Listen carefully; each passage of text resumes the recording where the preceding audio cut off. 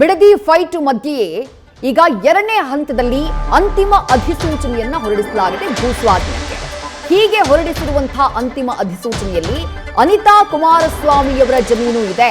ನಿಖಿಲ್ ಕುಮಾರಸ್ವಾಮಿಯವರಿಗೆ ಸೇರಿದಂತಹ ಜಮೀನಿಗೂ ಕೂಡ ನೋಟಿಫಿಕೇಶನ್ ಹೊರಡಿಸಲಾಗಿದೆ. ರಾಮನಗರದ ಹೊಸೂರು ಹಾಗೆ ಬನ್ನಿಗಿರಿ ಗ್ರಾಮದಲ್ಲಿರುವಂತಹ ಜಮೀನು ಈಗ ಎರಡನೇ ಹಂತದ ನೋಟಿಫಿಕೇಶನ್ ಏನಾಯಿತು, ಆ ಸಂದರ್ಭದಲ್ಲಿ ಈ ಗ್ರಾಮಗಳು ಒಟ್ಟು 4 ಗ್ರಾಮಗಳಲ್ಲಿ ನೋಟಿಫಿಕೇಶನ್ ಅನ್ನ ಹೊರಡಿಸಿದ್ದು, ಅಂತಿಮ ಅಧಿಸೂಚನೆಯನ್ನ ಹೊರಡಿಸಿದ್ದು ಭೂಸ್ವಾಧೀನಕ್ಕೆ. ಅದರಲ್ಲಿ ಮಾಜಿ ಶಾಸಕಿಯಾಗಿರುವಂತಹ ಅನಿತಾ ಕುಮಾರಸ್ವಾಮಿಯವರ ಹೆಸರಿನಲ್ಲಿರುವಂತಹ 31 ಎಕರೆ ಜಮೀನು ಕೂಡ ಸೇರಿದೆ. ಹಾಗೆ ಅವರ ಪುತ್ರ ನಿಖಿಲ್ ಕುಮಾರಸ್ವಾಮಿಯವರ ಹೆಸರಿನಲ್ಲಿರುವಂತಹ 4 ಎಕರೆ ಜಮೀನು ಕೂಡ ಸೇರಿದೆ. ಒಟ್ಟು ಎಚ್ ಡಿ ಕುಮಾರಸ್ವಾಮಿಯವರ ಕುಟುಂಬಕ್ಕೆ ಸೇರಿದಂತಹ 35 ಎಕರೆ ಜಮೀನು ಭೂಸ್ವಾಧೀನಕ್ಕೆ ನೋಟಿಫಿಕೇಶನ್ ಹೊರಡಿಸಲಾಗಿದೆ. ಅನಿತಾ ಕುಮಾರಸ್ವಾಮಿ ಹಾಗೆ ನಿಖಿಲ್ ಕುಮಾರಸ್ವಾಮಿಯವರ ಹೆಸರಿನ ದಾಖಲೆಗಳು ಸದ್ಯ ವೈರಲ್ ಆಗ್ತಾ ಇದ್ದಾವೆ. ಆ ದಾಖಲೆಗಳನ್ನ ಗಮನಿಸ್ತಾ ಇದ್ದೀರಿ. ಅನಿತಾ ಕುಮಾರಸ್ವಾಮಿ ಹಾಗೆ ನಿಖಿಲ್ ಕುಮಾರಸ್ವಾಮಿಯವರಿಗೆ ಈ ಬಿಡದಿಯಲ್ಲಿ ಜಮೀನಿದೆ, ಆ ಜಾಗದಲ್ಲೇ ಈಗ ನೋಟಿಫಿಕೇಶನ್ ಆಗ್ತಾ ಇರೋದು ಅಥವಾ ಅಂತಿಮ ಅಧಿಸೂಚನೆ ಹೊರಡಿಸ್ತಾ ಇರೋದು ಅನ್ನುವಂಥ ಆರೋಪ ಹೊಸ ಇದನ್ನಲ್ಲ. ಅದನ್ನ ಖುದ್ದು ಎಚ್ ಡಿ ಕುಮಾರಸ್ವಾಮಿಯವರು ಹೇಳಿದ್ರು, ನಿಖಿಲ್ ಕುಮಾರಸ್ವಾಮಿಯವರು ಹೇಳಿದ್ರು. ವಿಪಕ್ಷಗಳಿಗೂ ಅಂದ್ರೆ ಕಾಂಗ್ರೆಸ್ಗೂ ಇದು ಅಸ್ತ್ರ ಆಗಿತ್ತು. ಡೀಟೇಲ್ಸ್ ನಮ್ಮ ಪ್ರತಿನಿಧಿ ಮೋಹನ್ ನೀಡ್ತಾ ಹೋಗ್ತಾರೆ. ಮೋಹನ್, ಈ ಜಮೀನು ವಿಚಾರ, ಈ 35 ಎಕರೆ ವಿಚಾರ ಬಿಡದಿ ಜಟಾಪಟಿಯ ಸಂದರ್ಭದಲ್ಲಿ ಕಾಂಗ್ರೆಸ್ ಹಾಗೆ ಜೆಡಿಎಸ್ನ ಮಧ್ಯೆ ದೊಡ್ಡ ಮಟ್ಟದ ವಾಗ್ವಾದಕ್ಕೆ, ಫೈಟ್ಗೆ, ಚರ್ಚೆಗೆ ಕಾರಣ ಆಗಿತ್ತು. ಈಗ ಎರಡನೇ ಹಂತದ ಅಂತಿಮ ಅಧಿಸೂಚನೆಯನ್ನ ಏನು ಹೊರಡಿಸಲಾಗಿದೆ, ಅದರಲ್ಲಿ ಇವರಿಬ್ಬರ ಜಮೀನುಗಳು ಕೂಡ ಸೇರಿದ್ದಾವೆ. ಏನ್ ಡೀಟೇಲ್ಸ್ ಇದೆ, ಯಾವ ರೀತಿಯಲ್ಲಿ ಈ ವಿಚಾರ ಚರ್ಚೆಯಾಗ್ತಾ ಇದೆ ಅಂತ ಹೇಳಿ ಬಿಡದಿಯಲ್ಲಿ?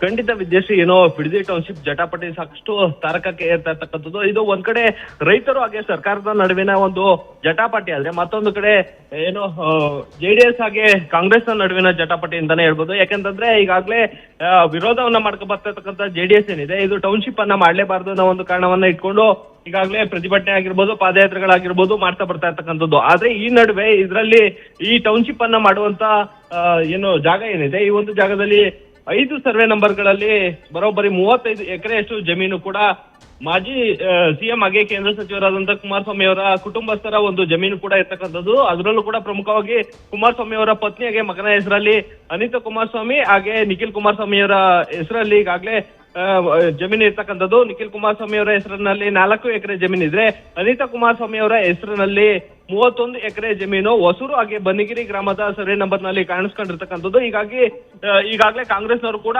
ಮೊದಲಿನಿಂದಲೂ ಕೂಡ ಸಾಕಷ್ಟು ಅಂದ್ರೆ ಈ ಅನಿತಾ ಕುಮಾರಸ್ವಾಮಿ ಹಾಗೆ ನಿಖಿಲ್ ಕುಮಾರಸ್ವಾಮಿ ಅವರ ಜಮೀನು ಇತ್ತು ಅನ್ನೋದ್ರ ಬಗ್ಗೆ ಸಾಕಷ್ಟು ಬಾರಿ ಹೇಳ್ತಾನೆ ಬರ್ತಾ ಇದ್ರು. ಆದ್ರೆ ಈವರೆಗೂ ಕೂಡ ಯಾವುದೇ ಅಂದ್ರೆ ದಾಖಲಾತಿಗಳನ್ನ ನೀಡಲಿಲ್ಲ. ಆದ್ರೆ ಏನು ಈಗ ಹೊಸೂರು ಗ್ರಾಮ ಹಾಗೆ ಬನ್ನಿಗಿರಿ ಗ್ರಾಮದಲ್ಲಿ ಅಂತಿಮ ಅಧಿಸೂಚನೆ ಏನಾಗಿದೆ, ಈ ಒಂದು ಅಧಿಸೂಚನೆ ಆದ ಬಳಿಕ ಏನು ಅವರ ಜಮೀನು ಕೂಡ ಅಕ್ವೈರ್ ಆಗಲಿಕ್ಕೆ ಈಗಾಗಲೇ ನೋಟಿಫಿಕೇಶನ್ ಅನ್ನ ಕೊಡ್ಲಿಕ್ಕೆ ಎಲ್ಲಾ ರೀತಿಯ ಸಿದ್ಧತೆಗಳು ಕೂಡ ನಡೆದಿರ್ತಕ್ಕಂಥದ್ದು. ಈ ನಡುವೆ ಏನೋ ಈ ಒಂದು ಜಾಗ ಏನಿದೆ ಅಂದ್ರೆ ಸರ್ವೆ ನಂಬರ್ ಆಗಿರ್ಬೋದು ಅಥವಾ ಜಮೀನಿನ ಸ್ಥಳ ಏನಿದೆ, ಇದರ ಬಗ್ಗೆ ಕೂಡ ಸಾಕಷ್ಟು ಕಾಂಗ್ರೆಸ್ನ ಕಾರ್ಯಕರ್ತರಾಗಿರ್ಬೋದು ಹಾಗೆ ನಾಯಕರಾಗಿರ್ಬೋದು, ಮುಖಂಡಗಳಾಗಿರ್ಬೋದು ಸಾಕಷ್ಟು ಸಾಮಾಜಿಕ ಜಾಲತಾಣಗಳಲ್ಲಿ ವೈರಲ್ ಅನ್ನ ಮಾಡುತ್ತಾ ಇರ್ತಕ್ಕಂಥದ್ದು. ಅಂದ್ರೆ ಯಾರು ವಿರೋಧವನ್ನ ಮಾಡ್ತಾ ಇದ್ದಾರೆ ಅಂತಂದ್ರೆ ಈಗಾಗಲೇ ಏನೋ ಕುಮಾರಸ್ವಾಮಿ ಅವರು ಸಾಕಷ್ಟು ವಿರೋಧವನ್ನ ಮಾಡ್ತಾ ಇದ್ದಾರೆ. ಯಾಕೆಂತಂದ್ರೆ ಇದು ಟೌನ್ಶಿಪ್ ಅನ್ನ ವಿರೋಧಿಸಿ ಇವರ ಒಂದು ವಿರೋಧವನ್ನ ಮಾಡ್ತಾ ಇಲ್ಲ, ತಮ್ಮ ಜಮೀನನ್ನ ಉಳಿಸ್ಕೊಳ್ಳಿಕ್ಕಾಗಿ ಈ ಒಂದು ವಿರೋಧವನ್ನ ಮಾಡ್ತಿರ್ತಕ್ಕಂಥದ್ದು ಕೂಡ ಅಂತ ಈಗಾಗಲೇ ಕಾಂಗ್ರೆಸ್ನವರ ಆರೋಪವನ್ನು ಮಾಡೋ ಮೂಲಕ ಸಾಕಷ್ಟು ಜಮೀನಿನ ಸಂಬಂಧಪಟ್ಟಂತ ದಾಖಲಾತಿಗಳನ್ನ ವೈರಲ್ ಅನ್ನ ಮಾಡ್ತಿರ್ತಕ್ಕಂಥದ್ದು.